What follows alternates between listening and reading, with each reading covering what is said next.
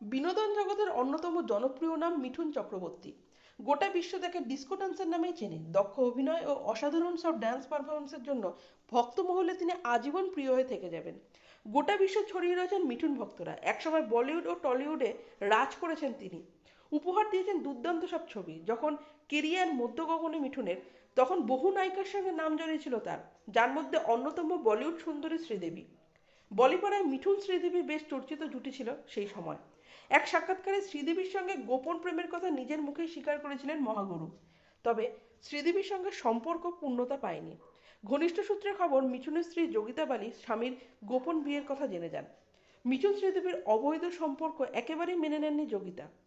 কষ্ট অভিমানে আত্মহত্যার চেষ্টা পর্যন্ত করেন তিনি। অশান্তি চরমে পৌঁছয়। এরপরই শ্রীদেবীর সঙ্গে সব সম্পর্ক শেষ করে দেন মিঠুন। মন দেন সংসারে।